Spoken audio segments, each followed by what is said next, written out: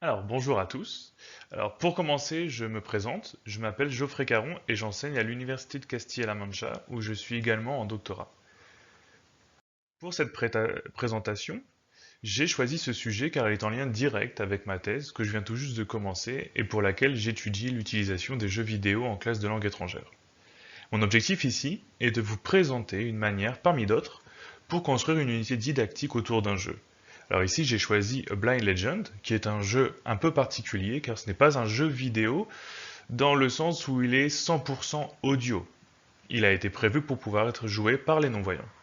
Je vais commencer par vous présenter une méthodologie d'analyse des jeux vidéo, puis je présenterai une unité didactique que j'ai imaginée autour de ce jeu. Alors, je vais commencer par vous présenter le jeu. C'est un jeu qui se joue sans images. Le joueur interagit grâce à l'écran tactile de son smartphone, avec des gestes précis comme vous voyez à l'écran. Il incarne un chevalier aveugle qui doit sauver sa femme qui a été enlevée par un méchant seigneur. Il est aidé de sa fille qui l'aide à se déplacer en lui donnant des informations telles que par ici, par là. Et en fait, le joueur doit s'orienter en faisant donc très attention à son environnement sonore. Alors, on passe à l'aspect théorique, donc aux aspects pédagogiques liés aux jeux vidéo et à l'apprentissage. Reinhardt et Sykes déterminent trois approches. La première, c'est l'apprentissage enseignement par le jeu, donc le game-based learning. Cette approche exploite des jeux vidéo spécialement développés pour l'enseignement, ce qu'on appelle également des serious games. Cette approche demande de transformer totalement l'activité pour la changer en jeu complet. La deuxième approche, c'est l'apprentissage enseignement amélioré par le jeu, donc le Game Enhanced Learning. Ici, on utilise des jeux vidéo du commerce, c'est ce qu'on va faire ici. Et la dernière approche, c'est l'apprentissage enseignement éclairé par le jeu, donc le Game Informed Learning, qui inclut la gamification. Alors, une fois qu'on a choisi une approche, il faut choisir une fonction. À quoi va servir le jeu dans la classe? Alors, la première chose qu'on peut faire, d'après Place et ses collègues, c'est préparer un apprentissage futur.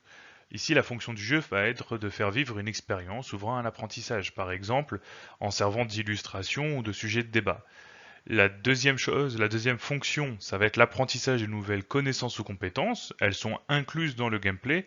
Dans le cadre des langues étrangères, on peut penser à la compréhension orale ou même aux actes de parole dans le cadre d'interactions avec des personnages. La troisième chose, ça va être pratiquer et renforcer des connaissances ou des compétences, par exemple en les présentant dans différents contextes ou par la répétition. Et la dernière, ça va être développer des compétences d'apprentissage et d'innovation. Ici, le jeu offre l'occasion de travailler les compétences socio-émotionnelles grâce aux interactions avec d'autres joueurs.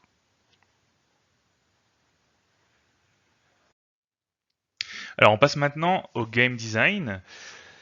Alors, selon Place, un jeu éducatif efficace repose sur quatre piliers. Si ces quatre piliers sont exploités efficacement, ils permettent de mettre le joueur dans de bonnes conditions pour l'apprentissage. Comme vous voyez à l'écran, il y a quatre piliers, donc le motivationnel, le pilier cognitif, le pilier affectif et le pilier socioculturel. Ils sont tous interconnectés, ils s'influencent tous les uns les autres, et on va donner plus de détails sur chacun d'entre eux lors de l'analyse qu'on va commencer tout de suite. Alors on va commencer l'analyse donc. On va commencer par le pilier motivationnel. Donc la motivation peut reposer sur plusieurs choses. En général, dans les jeux, une des principales sources de motivation, c'est les systèmes de récompense. D'après les auteurs, un bon jeu éducatif privilégiera les récompenses intrinsèques plutôt qu'extrinsèques. Dans notre cas, il s'agit bien d'un système de récompense intrinsèque, car ici le joueur est récompensé en avançant dans l'histoire et dans les différents environnements. Et parce que il n'y a pas de système de points ni de système d'évolution de personnage. Nous pouvons dire que le but ici, c'est d'avancer le plus possible sans mourir. Et donc la difficulté sera aussi une source de motivation.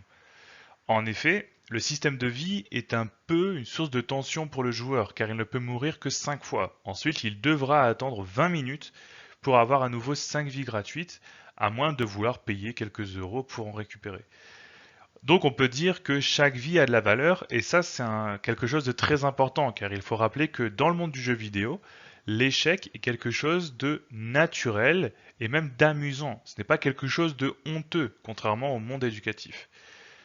Par exemple, un auteur qui s'appelle James Paul G parle du principe du défi agréablement frustrant, c'est-à-dire qu'un défi doit paraître très difficile, doit demander beaucoup d'efforts de la part du joueur tout en restant accessible. Rapidement, bon, on peut aussi parler d'autres sources de motivation comme les phases d'exploration. Donc là, on parle de liberté dans le jeu, et aussi tout simplement l'originalité de l'expérience, car quand la première fois qu'on joue, c'est quelque chose de très spécial quand même. Ensuite, maintenant, le pilier cognitif. Alors, l'engagement cognitif, c'est le fait de traiter des informations, de planifier et de prendre des décisions. En fait, on apprend en passant par différents processus tels que la sélection, l'organisation et l'intégration d'informations. Or, le fait dont les informations nous sont présentées peut avoir un impact important. Par exemple, il y a une étude de Meyer, vous avez la référence à l'écran, qui montre qu'on apprend mieux si le jeu s'adresse à nous dans un registre conversationnel plutôt que dans un style formel. Dans notre cas, ça va, c'est bien car le jeu est à la première personne et les gens s'adressent directement à nous, donc on est véritablement dans un style conversationnel.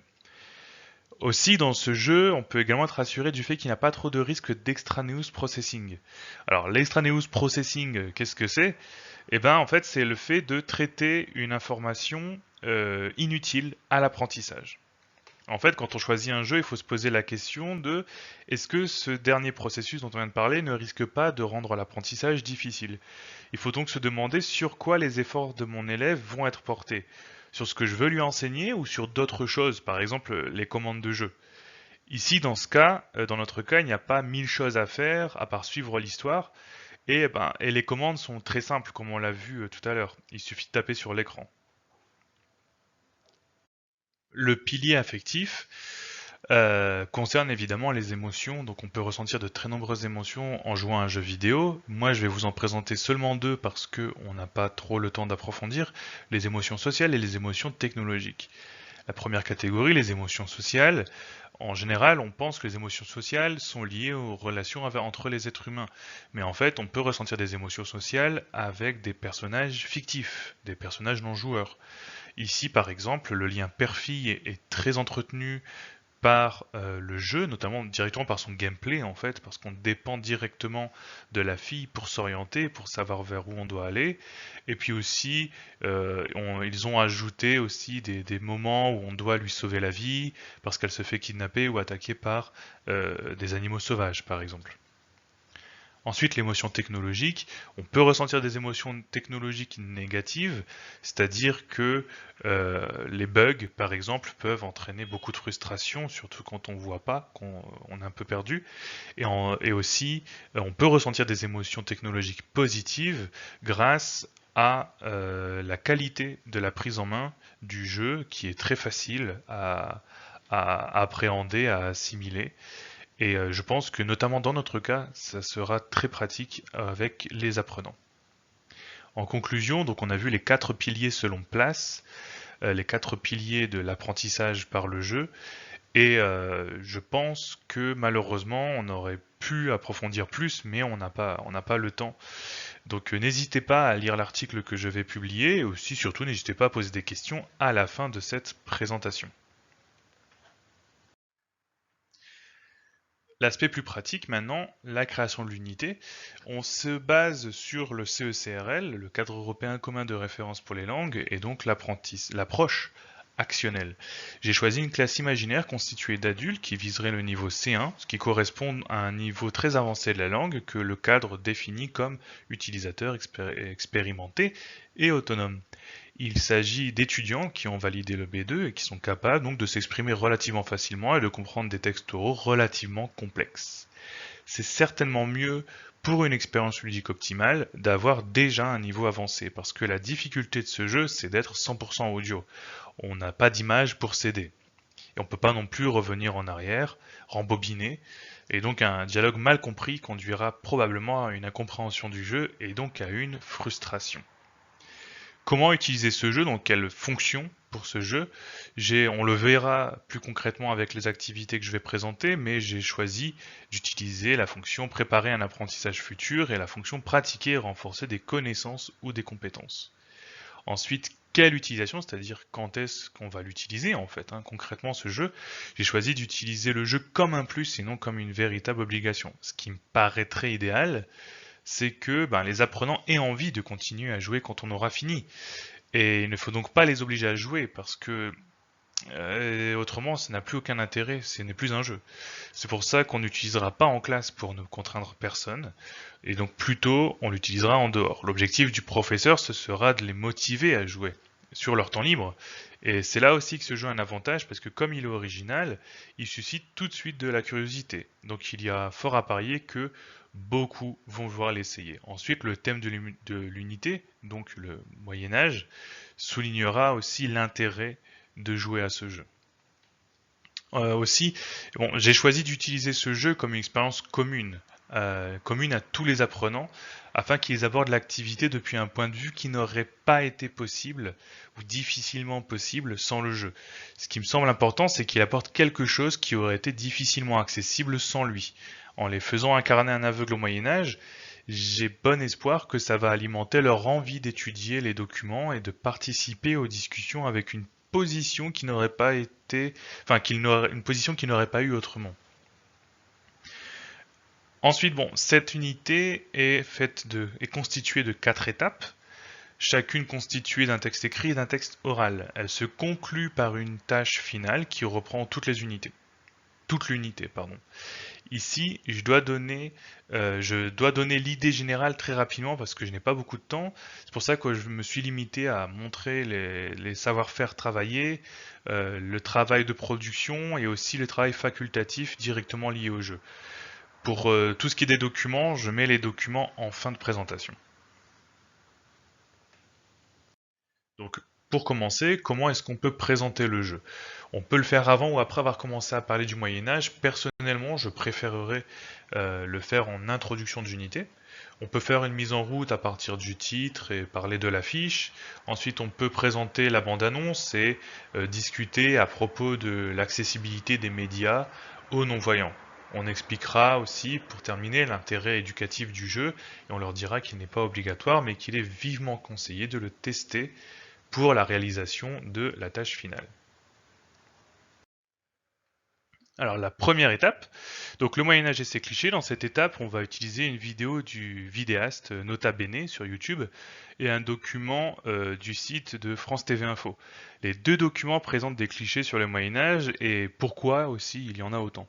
Dans le travail de production, je propose deux liens vers le site de l'INRAP qui sont passionnants en fait et qui permettent d'approfondir le sujet. Ensuite, pour commencer à parler tout doucement du jeu, je propose de parler des clichés qu'il véhiculerait ou non sur le Moyen Âge. Dans la deuxième étape, donc sur la vie des aveugles au Moyen Âge, le premier document est un article scientifique de Zina Vegan, qui est une spécialiste, et donc là je recommande d'utiliser simplement le chapitre sur le Moyen Âge, le chapitre de l'article. C'est l'occasion de voir un français plus académique, tout simplement. Ensuite, le document audio, c'est une interview de la même autrice où elle parle de son propre rapport à la cécité et aussi de personnages historiques. Dans le travail facultatif, on va commencer à parler de l'expérience personnelle des apprenants par rapport au jeu et aussi de comment ils l'ont ressenti et on peut espérer que c'est là qu'ils vont commencer à mettre en lien leur expérience vidéoludique et le contenu des textes. Alors la troisième étape est sur les jeux vidéo et leur représentation du Moyen-Âge. Ici on s'éloigne un peu de la condition des infirmes pour quelque chose de plus léger, donc simplement les jeux vidéo et leur représentation du Moyen-Âge avec une professeure de littérature qui elle-même utilise les jeux vidéo. Ici le document écrit vient de l'université de Liège et c'est une description de différents jeux. En fait j'aime bien ces deux documents parce qu'ils traitent à la fois du Moyen-Âge historique et du Moyen-Âge fantasmé, avec la fantaisie, la magie, etc. Pour le travail facultatif, on va se questionner ici sur la place du jeu dans les évolutions qui ont été présentées dans les deux documents. Par exemple, qu'est-ce que dit le jeu Blind Legend sur le Moyen-Âge? Ici, on voit encore que jouer au jeu permet de mieux comprendre les documents. Et donc enfin, la dernière étape, donc c'est la conclusion de l'unité et j'ai inclus la tâche finale dedans en fait. Cette étape est centrée sur la critique des jeux vidéo sur le Moyen-Âge. Alors ici, je propose une critique d'un jeu français, une critique écrite, et aussi une critique vidéo sur un autre jeu, Ghost of Tsushima. Et en fait, ce sont des critiques très techniques qui vont être exigeantes, mais qui donneront des outils aux étudiants pour faire leur tâche finale, parce qu'on va passer par une analyse du vocabulaire, de la structure, etc.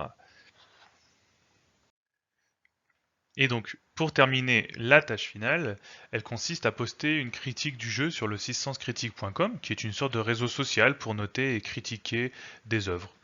J'ai décidé de leur demander de mettre leurs critiques sur le vrai site et pas simplement dans une rédaction, car l'approche actionnelle et le cadre en général conçoivent l'apprenant comme un acteur social. Et donc ici, on n'est pas dans la simulation, on est ancré dans le monde réel. Selon moi, demander aux élèves de poster une critique qui sera visible par tout le monde est quelque chose de plus engageant et aura plus de sens que simplement une critique qui sera lue uniquement par le professeur. Comme vous pouvez le voir, cette tâche reprend tout ce qui a été vu dans l'unité, que ce soit les connaissances culturelles, le vocabulaire et aussi les structures des critiques qui ont été analysées. Alors en conclusion, on a pu voir qu'à partir d'un simple jeu gratuit et accessible à toute personne qui a un smartphone, on peut créer une unité didactique complète qui travaille les connaissances et les compétences du niveau C1. Ce jeu peut au moins permettre aux apprenants d'avoir un point de vue particulier et sans doute, c'est ce que j'espère, aussi un rapport plus personnel au thème de l'unité. J'ai tout fait pour que cette courte présentation ne soit pas trop rapide ni trop superficielle. Ben, j'ai fait ce que j'ai pu. Et j'espère, dans tous les cas, vous avoir donné des pistes et éveiller votre curiosité pour tester l'utilisation des jeux vidéo avec vos étudiants.